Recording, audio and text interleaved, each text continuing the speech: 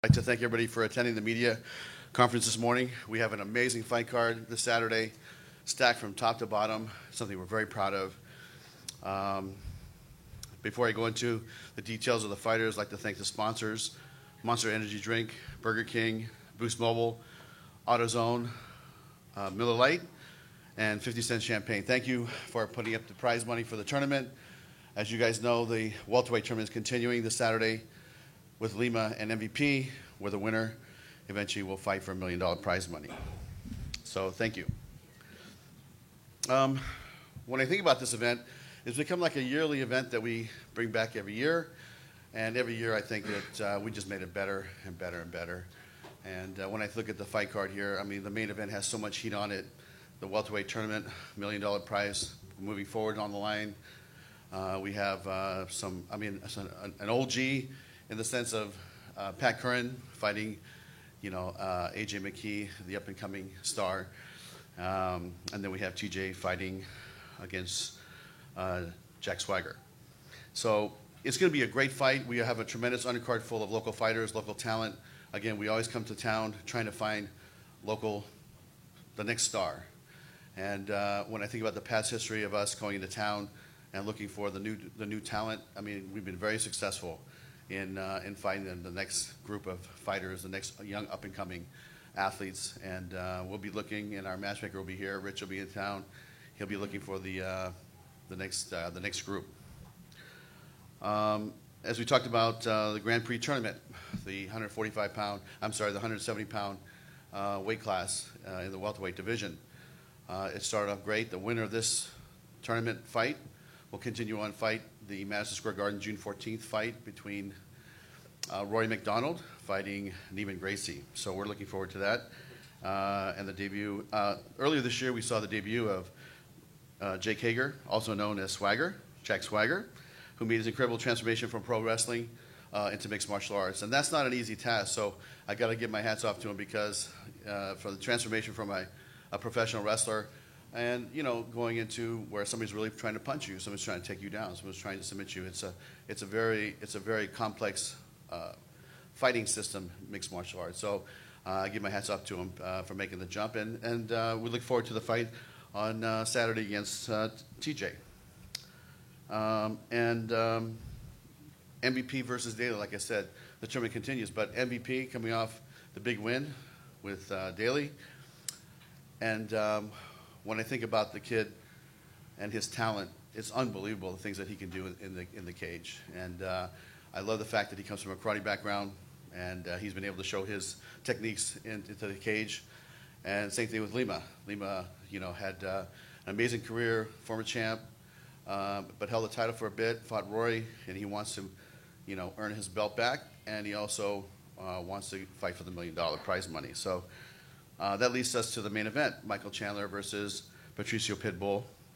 Both these guys, extremely talented, probably the icons of Bellator. Way before I was here even, they were already reigning champs and doing their thing. And, to have our 145-pound champ fight the 155-pound champ, that's a big deal in any organization. And especially being the icons of this company, very proud to host this fight. And this is a fight that had a lot of heat on it for the last couple of years, and they all had their own journey. But now we're here together to get this fight on Saturday, and it's live on DAZN. And I'd like to thank DAZN, who's been amazing partners. When I think about DAZN, I first started thinking. I thought about what it'd be like to have a streaming service and watch it on my iPad or watch it on my TV through Apple or watch it on my phone. And it's been an amazing experience. It's been seamless. Last Saturday, I watched the Canelo fight. Just came home, didn't have to buy it on pay-per-view.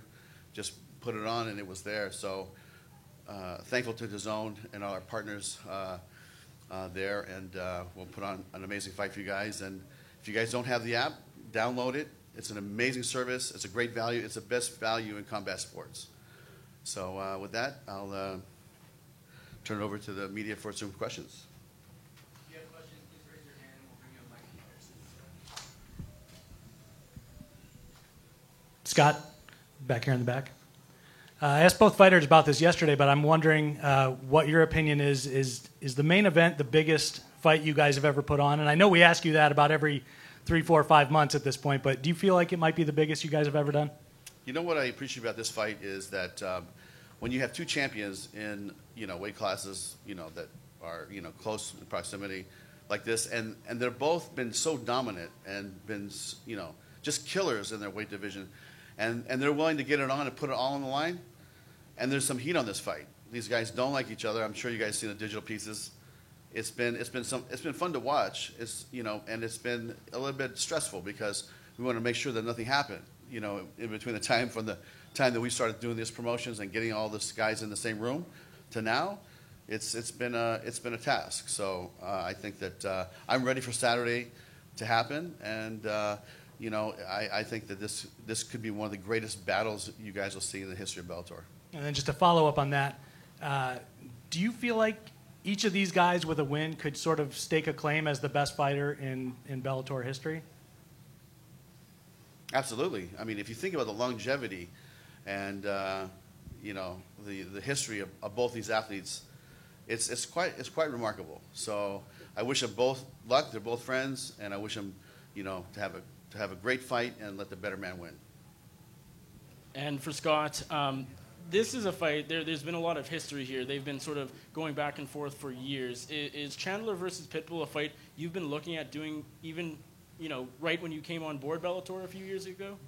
You know what? I mean, I've been here, I want to say 4.5 years. That was not a fight that we thought about putting on in the very beginning. They all had, like I said, their own journeys, their own fights, their own, opponents that they wanted to fight or that were in their divisions. But that changed when, Michael knocked out his brother, and there's a little bit of jawing. And I said, oh, this is interesting because these guys definitely don't like each other. There's some heat on this fight.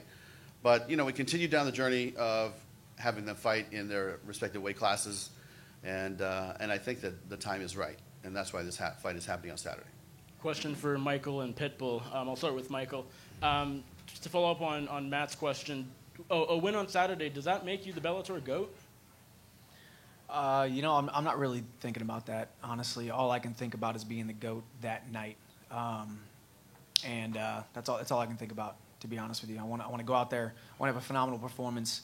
Chicago is an amazing city. I've already spent hours, almost a full day down here. It's a beautiful city, not far from my hometown of St. Louis, Missouri. So the Midwest crowd is going to come in. They're going to come in rowdy. They're going to come in to see a fight. They're going to come in to see a Midwest boy reign supreme. And you can get caught up in the long game, the long ball, the legacy type of stuff. Yes, I respect Pitbull for a lot of reasons, for what he's been able to accomplish from where he came from to where he is today, and I look forward to stopping him on Saturday night. And then same thing for Pitbull. You hold a lot of Bellator records. With a win over Chandler on Saturday, would you be considered the GOAT? This time I'm not thinking about that, so I only think about my opponent, and that's it. I don't care about the legacy belt, nothing, just him.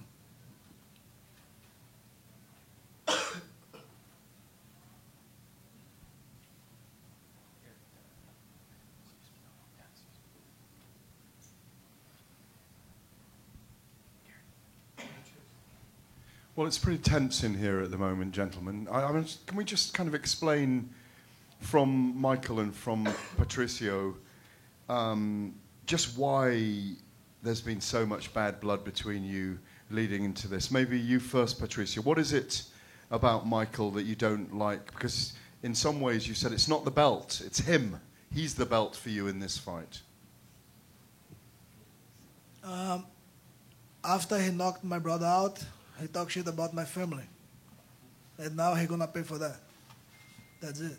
It's simple. And what do you mean by he's going to pay for it? I'm going to kill him.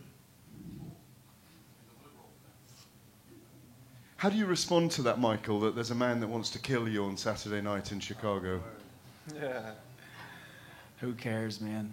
This is hand-to-hand combat. This is 25 minutes in a cage. I've done it 25 times. I'm ready to go out there and do exactly what I did to his brother to him. I could care less who steps across the cage from me. This one's exciting though, because very few times in my career have I had somebody who allegedly has this kind of animosity. You know, I think this is the way he motivates himself. This is the way that he gets himself pumped up.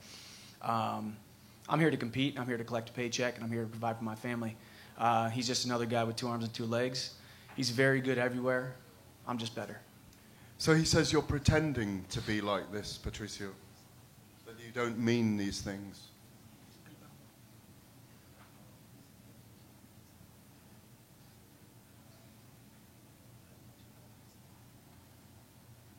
Can you say it again?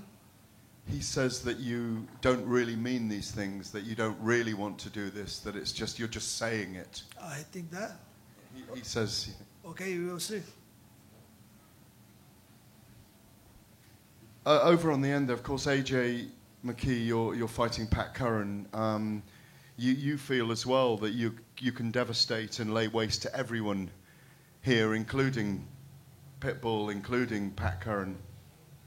Yes, I feel like I'm just the new wave, the new generation of the sport. You know, I'm looking forward to going out there and fighting Pat. You know, that's the man that's stepping in front of me. That's the champion that's stepping in front of me. You know, he's the one with the accolades. He's the true champ that stepped up in this place. You know, so I appreciate the fight. Thank Pat for taking the fight, and look forward to going in there and doing what I do best. But you've been quite vocal about the fact that you already believe you could beat the featherweight and the lightweight champions. Oh yeah. It's just a matter of time. I'm going to continue to do what I do best, and that's take one name out at a time. And right now, Pat Curran's on the list. Only reason why is because Patricio don't want to sign that contract. You got somebody 13-0 in my division knocking people out left and right. That's who I'm fighting. I've been calling his name since my first fight. So right now, Pat Curran's the man with the job. Thank you. And a question for Michael Venom Page. Michael, it's a huge fight for you, but it's also a huge fight for British mixed martial arts on Saturday night. Could be a crossover moment. You're up against probably the most difficult opponent you've ever faced in Douglas Lima, if one is fair. What do you intend to do on Saturday night? Just do me, you know, put on a show, be what I've been every time I step into the cage. I got a lot of respect for the man that's going to be standing across the cage. I got to take it seriously, as I do every fight, but that much more seriously in this fight. And I think I'm waving a flag for a lot of people back home, but it's more for me. I enjoy what I do, and I'm just going to go in the cage and continue to enjoy what I do. Question for Pat right here. You've been out for a while. What have you made of AJ's rise? Like he said, 13-0, longest win streak, Bellator history, and all that. Yeah, I'm very impressed with him. He's he's 13-0 for a reason. He's constantly changing and developing his game. He's always a different fighter every time he steps into the cage. And I know this is going to be a difficult fight, but I believe in my abilities. I'm confident in myself. I wouldn't have taken this fight if I didn't think I was going to win. So I took this fight because I know the fans are going to enjoy it, and I want to put a stop to his undefeated record right now. And how do you think he stacks up to your past opponents? I mean, you fought a man sitting at the end of the table. You've been around Bellator for a long time. How does he compare?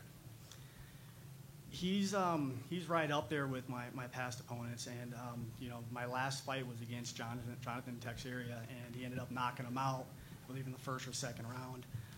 Great performance on his part. He landed the right shot right on the chin, and I got him 3 times during my fight, dropped him 3 times, and just wasn't in the right spot. So if I have to say I loosened his jaw up just for AJ to knock him out for that fight.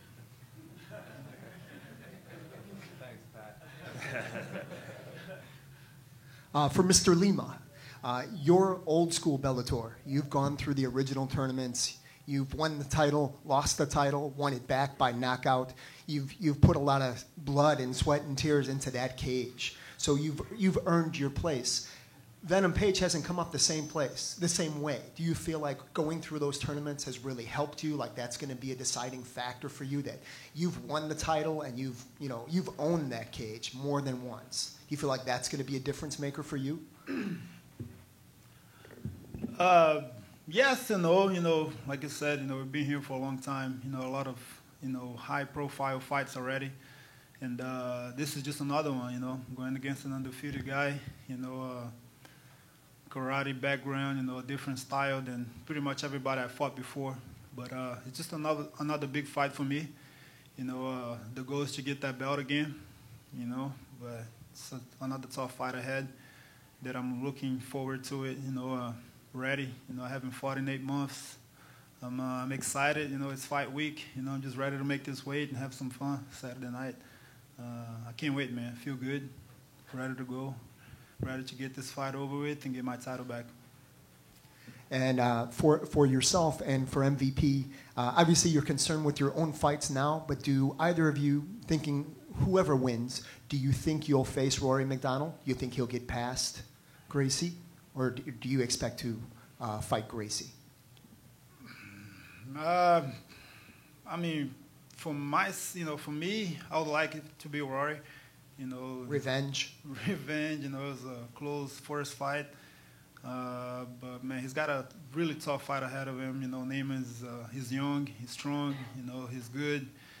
And Rory, you know, mentally, you know, I don't know if he's there yet. You know, hopefully comes back 100%.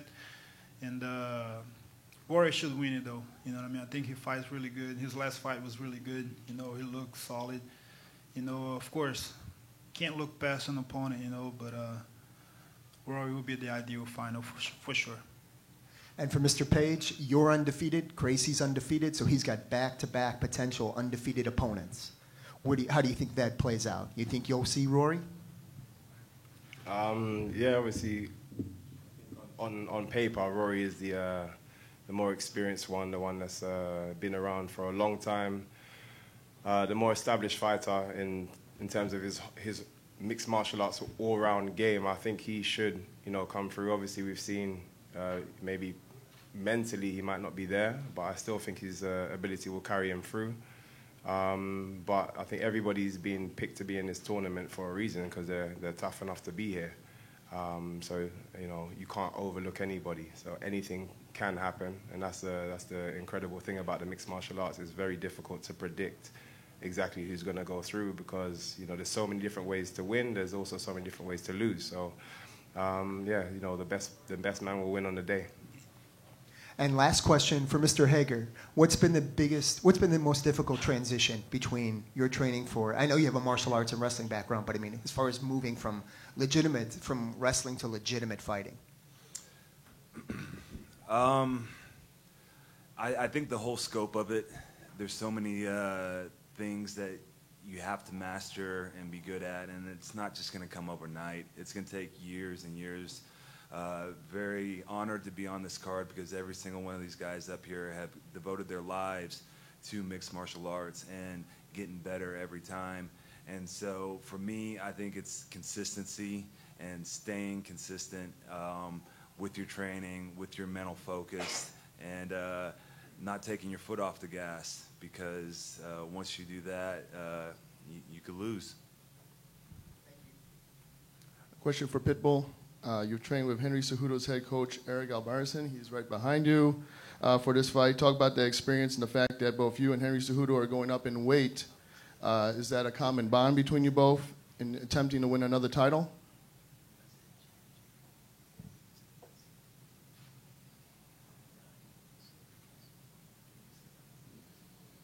It was good. He gave to me a lot of advice, and he and his brother helped me a lot in the training.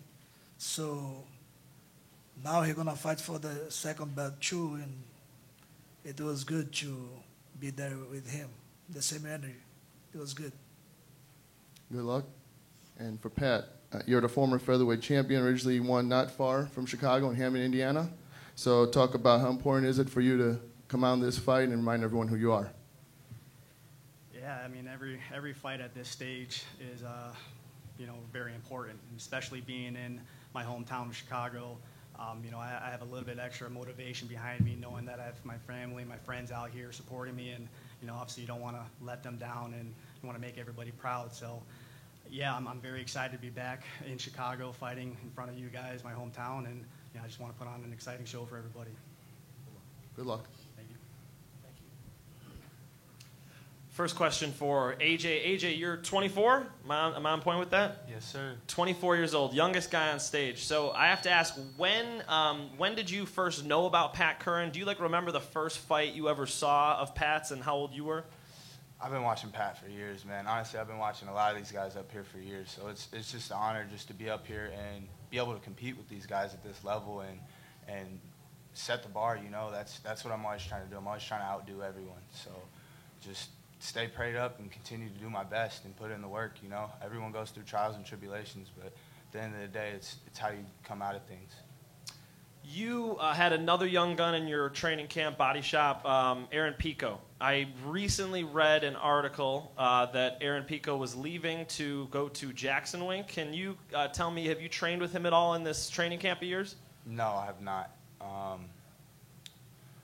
It is what it is, still my boy. We've always been friends since we were a kid, but at the end of the day, it's business. You got things you got to do. I'm going to continue to do what I got to do. You had a little back and forth with Pitbull on the call, and that was pretty fun. You called him a weenie, and he actually responded with picking Pat Curran to beat you. What do you think about Pitbull's assessment of this fight, and where does all this emotion come between you two? I told you, he wants Pat to do a job that he can't do, and that's why I said Pat's the true champ taking a real fight. So I thank Pat for that opportunity. Is Pat Curran the toughest guy you've ever fought? Hands down. And then my next question was for Pat Curran. Pat, fighting a young up-and-comer. I believe, and correct me if I'm wrong, I believe you were 24 when you won your first Bellator title. How does it feel like now that you're 31, now that you're, as you told me earlier, you feel like you're in a new prime. But how does your body feel at 31? How does it feel getting back down to 145 pounds, after a little break after you beat Teixeira? Feels great, man. The lighter I become, the faster I start to move, and everything's just kind of just rolling along right as I need it to be. And I feel, like I said, I feel like I'm in my prime right now. I feel like I'm coming into a new stage in my life where I can really showcase different areas that I haven't showcased on the big stage yet. So I believe you're going to see a new fighter Saturday night, and I think AJ is the perfect opponent for this. What do you make of the 145 title picture here? Obviously, this back and forth between AJ and Pitbull. You've competed against Pitbull. Really rare for a champ to actually make a pick within his own division and pick you. Are you guys homies? Is there something I'm not seeing here? No, we're all professional up here, and I know Pitbull's focused on his fight, and me and AJ have to focus on ours. So I'm sure Pitbull's going to want to address that situation after this fight. And Pitbull, last questions for you, my friend. You've competed against Pat Curran. You guys have had wars back and forth, very, very competitive fights. Can you speak on what your experience has been like against Pat Curran as a martial artist and how you see this actual matchup between McKee and Curran?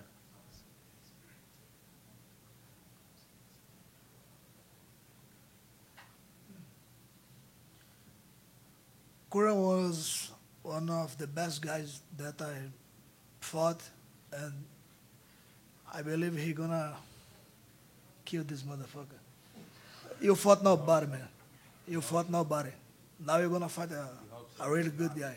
You will see. You just don't want to fight. Thank you.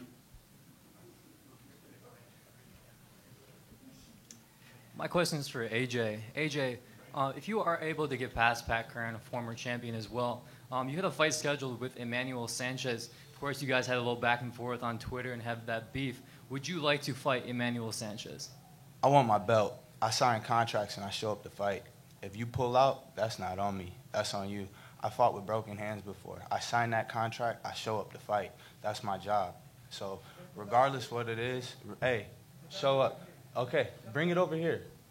First match of the tournament. I'll take you whenever, bro. It don't matter. Come here now. Bring me my belt. What do you want? Testing. Anyway. Let's keep this thing going. Guys, listen, that's the reason why we're having our 16-man featherweight tournament later this year. So that's another time and another place. And my next question is for the champ, Michael Chandler. Of course, losing fights is a key. I mean, you're a 3-time world champion. What motivates you more, coming off a loss or coming off of a win? Just from a fighter's perspective, I've always wanted to know that. I think for me, there's losses even when you win, and there's wins even when you lose. As fighters, you see us in the cage for 25 minutes, 15 minutes, but for us, this is our life. For us, this is months and months of training for that performance that you guys see in front of millions and millions of eyeballs, and that's where the pressure comes. I've always just been motivated by what can I do? How can I be a better man, a better fighter, a better competitor, a better athlete? And where are the deficiencies in my game? Where am I very strong, but can I become stronger? So for me, it's kind of 6 in one hand, half dozen in the other. I've seen a lot of areas. Obviously, when you lose a fight, you're dealing with the emotional roller coaster of the loss, the embarrassment, the pain, both physical and mental. But even after a lot of wins, I've had numerous wins. Even my last win, I was not happy with. I've been happier in losses than I was in my last win, to be honest with you. So it's just a constant pursuit of becoming your best self, and I think everyone up here is up here for that reason, that we're trying to become the best men, the best fighters we possibly can be. Whether we win, whether we lose, there's always a lesson in the formula that is the sport of mixed martial arts, being locked into a cage and being locked into the arena for everyone's criticism and everyone's backlash and everyone's praise or everyone's bad things that they might say about you. And my last question is for Scott. You're talking about the Bellator featherweight tournament coming up in the later fall. When will we know who the 16 fighters will be in that tournament? We will send out all the invitations by June 14th at Madison Square Garden show. Sounds good. Another question for Chandler and Pitbull. Pitbull, you're in another hotel away from the fighter hotel. How difficult is it now, sitting 3 or 4 feet away from Michael, not to get your heart rate going and your adrenaline going? Is it going right now?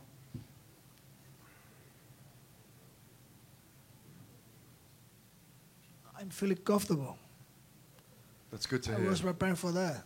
In that case, then, is it for both of you?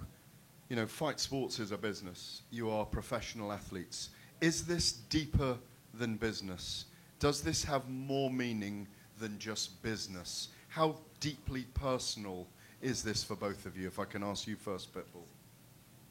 It's personal. I'm not fight for, like I said, for the belt. Everyone is talking about champ of 2 divisions. I don't care about that. I'm not thinking in that. I'm only thinking about beating him. It's personal. Chandler? It's not personal for me. I could care less, to be honest. I've not lost 1 week of sleep thinking about Patricio Pitbull.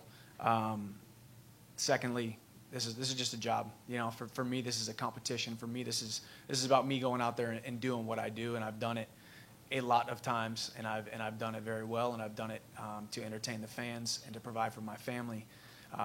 Saturday night will just be another notch in my win column, and we'll move on and we'll see what's next. But you're not bothered by, the comments like Chandra alone, the things that have been thrown at you? I don't even know what that means, so I could care less what that means. So, it is what, you heard what he said whenever he popped off to AJ.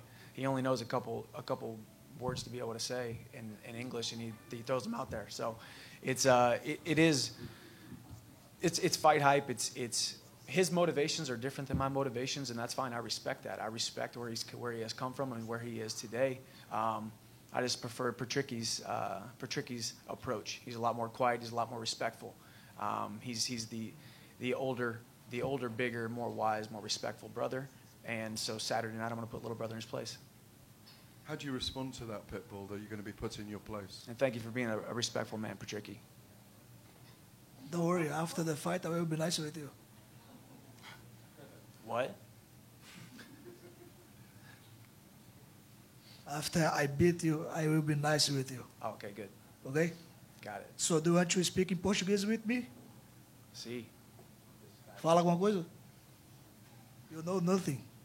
No, I don't. America, baby. Yeah, and I'm a Brazilian who try to speak in English to understand what I am to. I was simply pointing out the fact that you just throw out obscene gestures at all times. So that's all that matters. So nobody could care less what you actually say. Saturday night, let's do it. And the final one for Scott Coker, president of Bellator. there was an amazing card, or main card in Birmingham last weekend with some great finishes, all first-round finishes. Really stoked people over there. I was there myself. And you're now getting to the point where you can put together a stage now where you have this war chest and you're still building. I mean, it feels good. You know, when I came here in 2014, the roster was a lot different. And we kept building and building and just chipping away. And I think that we might have had 110 athletes under contract. Now we have about 250 athletes under contract and some in development contracts. And even before Birmingham was San Jose, which was an amazing fight card. We had some great fights. And before that, there was another great fight card. And New York's going to be a great fight card. And then London after that's going to be a great fight card. So it feels good to put these amazing fights, stack cards together week after week, month after month. And that was really the dream when I came on board, was like, look, we got to get this roster in place, and we have to build talent, not just sign talent and keep the existing roster, which was amazing, but we needed more. And I think that we've done a good job of doing that. So it's going to be a lot of fun on Saturday night. This main event is going to be something to watch. I think the tournament semifinals are going to be fantastic. It's going to just, there's so many great fights on this card. Pat coming back, fighting AJ. You know, it's going to be a lot of fun. Just sit back and watch and be a fan that night. Question for Mr. Jones over here. I'm curious what you thought of Jake Hager's first fight in Bellator. I thought his opponent was silly. His opponent put himself against the cage, allowed Jake to do exactly what he wanted to do. And, you know, you just have to come in with a different game plan when it's a fighter with wrestling with his caliber. So. And is MMA a full-time job for you? I work at a plant. What kind of plant? A beef plant.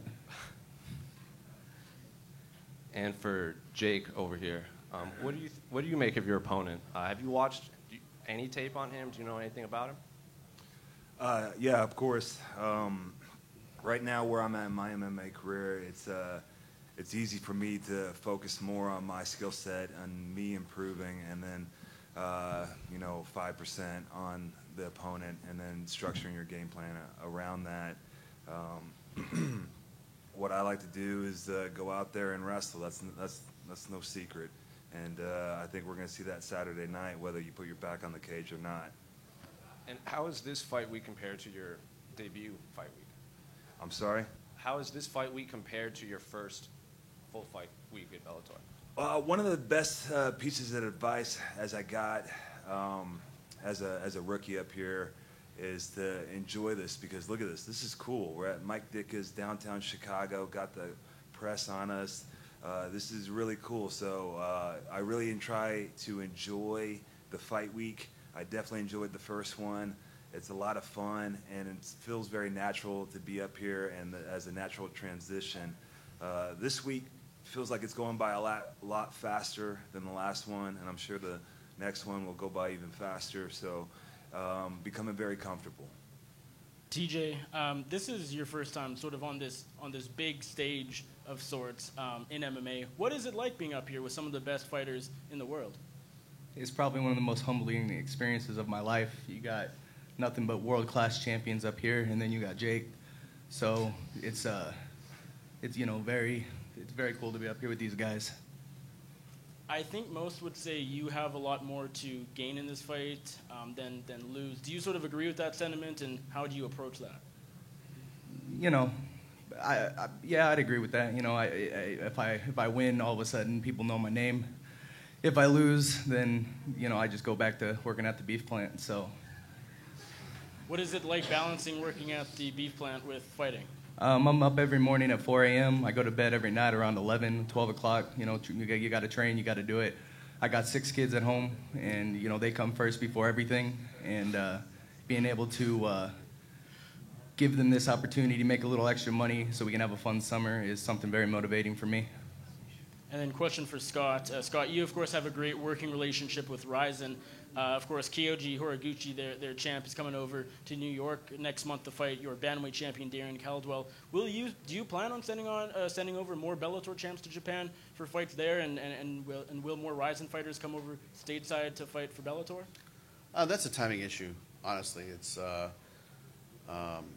something that if we can, from time to time, send some fighters over there, like King Mo or, I think DC had a good time over there. I think that there's a lot of fighters that would love to fight in Japan, and if the timing is right, then we can make it happen. But the relationship is good. It's solid.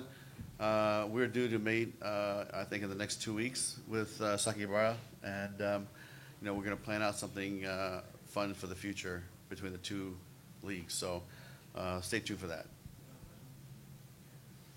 Oh, one more in the back. TJ, this begs the question, since you work at a meat plant. I'm sure you've seen the movie Rocky. Oh, absolutely. Do you pound a side of beef to get ready? I work on the saw, and the beef comes right near me. So I tell my partner, hey, cut all the pieces. So I start hitting it. And yeah, every day, as much as I can. So you're going to try to buzzsaw Jake? I'm going to try.